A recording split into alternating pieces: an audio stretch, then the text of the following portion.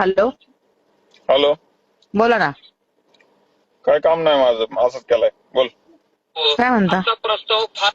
काय म्हणायचंच नाही मला. बोल. अयो, माझं काय काम नाही, असंच केलं आणि बोल म्हणजे. तुम्ही आज येणार होते ना मुंबईला? ती माझं मी बघेल ना. आहे का आता? हम्म.